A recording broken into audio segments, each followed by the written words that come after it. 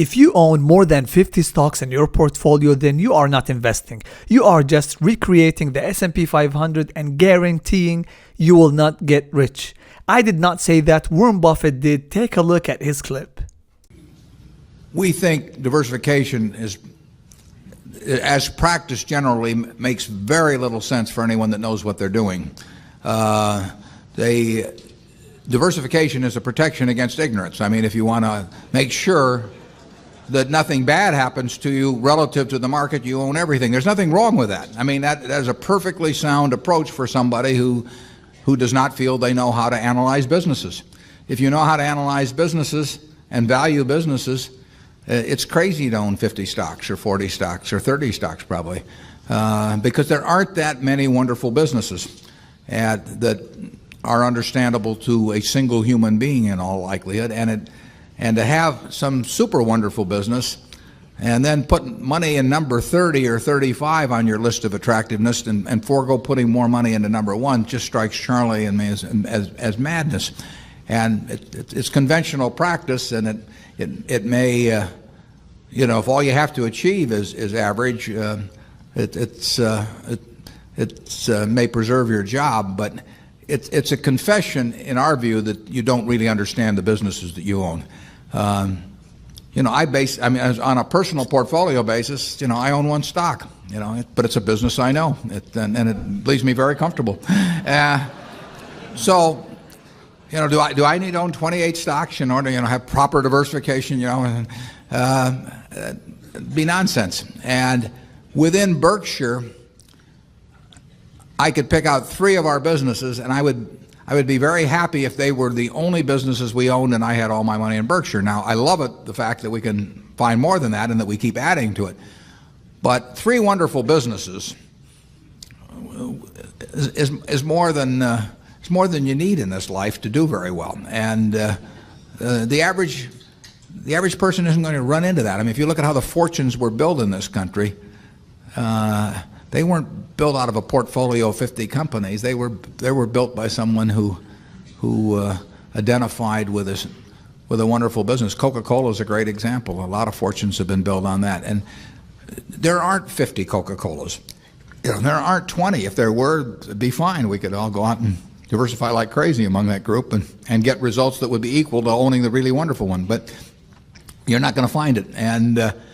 And the truth is, you don't need it. I mean, if you have a really wonderful business, is very well protected against the vicissitudes of the economy over time and the competition. I mean, we're talking about businesses that are resistant to effective competition, and 3 of those will be better than 100 average businesses, and they'll be safer, incidentally. I mean, there is less risk in owning 3 easy to identify wonderful businesses than there is in owning 50 well-known big businesses. And it's amazing what has been taught over the years in finance classes about that. But I can assure you that I would rather pick, if I had to bet the next 30 years on the fortunes of my family that would be dependent upon the income from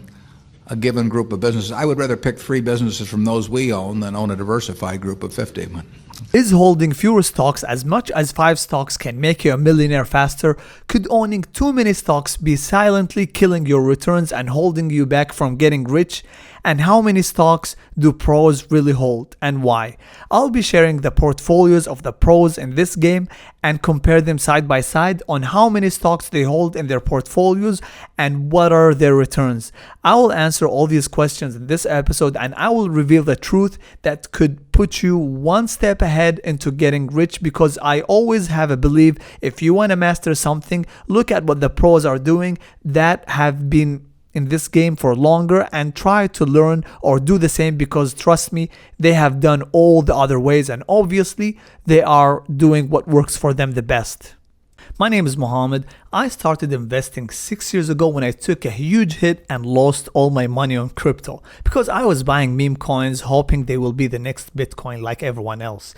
I learned my lesson the hard way. In the year 2020, I started investing instead of gambling. I started buying value stocks at good times and analyze undervalued stocks, and that's when I doubled my money in 2021.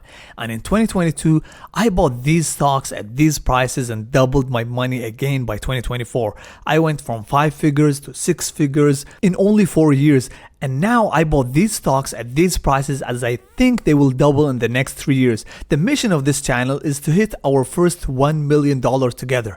I'll be sharing what stocks I buy in the upcoming days, and I will give you a weekly update about my portfolio. Currently, I'm sitting at $206,000. Let's start. Could owning too many stocks be silently killing your returns and holding you back from getting rich? Well, the answer is holding too many stocks will definitely protect you, but it can rarely make you rich. Wealth in the stock market usually comes from a few big winners like Apple, Amazon, Nvidia, Google. If you own 50 plus stocks, each one is such a tiny piece that even if one skyrockets, it barely moves your total portfolio. For example, if you own 100 stocks equally and one stock 10x, it will only move your portfolio only 1% up. Wealth is created by concentrating your money on the best stocks and not spreading them across dozens of average ones. Peter Lynch once said, who is a highly successful American investor and mutual fund manager, once said owning too many companies leads you to hold mediocre businesses just for the sake of diversification. Instead of focusing on quality, you start watering down your portfolio with names that don't add value. When can I say that you must over-diversify? When you have, for example, $10 or $50 million and you want to preserve wealth, then you can over-diversify. Then over-diversifying to keep your portfolio grow 3 to 5% a year is a hedge against inflation. That is reasonable. Many people think diversifying too much will keep your money safe, but in reality, you are missing so many opportunities, and that's what they call opportunity cost. Imagine if you invested in Apple, for example, and 6 more good stocks back 10 years ago, you would have made a fortune. If you had Apple as a one stock out of 50 other stocks in your portfolio will not increase as much. Now, to the second question, is holding fewer stocks as much as 5 stocks can make you a millionaire faster? Well, the answer is yes. But you have to buy the winners or the above average performers. You will get better at picking those ones once you start understanding income statement and balance sheets. Also, it is important to understand forward PE and EV over EBITDA and never buy any stock at an all-time high. Always wait for it and it will drop. For example, I like to pick great stocks when they are crashing, and that's what helped me grow my portfolio. 3 years ago, Netflix crashed by over 70%. Many people started saying that Netflix is dead and Amazon Prime Video started to take over and Disney Plus has taken over some of Netflix shares and Netflix will crash even more and the stock is dead because the competition is serious now and many competitors entered the market. Even when you look at X, all people are hating on this stock. I went ahead and looked at the balance sheet and the income statement. Everything looks great for Netflix. Yes, the net income decreased a little bit, but it was not that bad. And it can clearly recover, and it did recover because always great companies recover. I remembered Warren Buffett when he said, be fearful when others are greedy and be greedy when others are fearful. And that's when I loaded the boat. I am doing the same thing with Nike now. In only 1 year, Netflix stock 2x'd. Now the stock 7x'd by today. Currently, I am holding 3 companies like Nike, PayPal, and Adobe. I bought them when they dropped by more than 50%, and I think they will double in the next upcoming 3 years because their income statement and balance sheet is still great. It is just a matter of time before they start rallying and ticking up. Now to the last and fun question, how many stocks do pros really hold and why? Let's start with Warren Buffett. Well, here is Warren Buffett's 2025 stock portfolio as we're talking today. As you can see, Warren Buffett owns a lot of stocks, but here's the catch. 65% of his portfolio is concentrated in only 5 stocks, and they are Apple, American Express, Coca-Cola, Bank of America, and Chevron. Only 5 stocks shape 65% of Warren Buffett's portfolio. That's what he was talking about. And with this portfolio, Warren Buffett has an annual return of 20%. Now let's move on to the famous Carl Icahn. Carl Icahn is a really famous investor for his annual return of 31% since 1968 until 2011. That is a lot. That is like 3 times the S&P 500 returns. Let's look at his portfolio. So this is his portfolio, but this is in year 2024. I looked up the recent one, but it did not change as much. It is almost the same. So Carl Icahn holds a lot of stocks, as you can see, but only 3 stocks, they represent 82% of his portfolio. The first one, which is almost 60%, is his enterprise company, and then 15.55%, which is CRV Energy, and then 8.23%, which is the Southwest Gas Holding.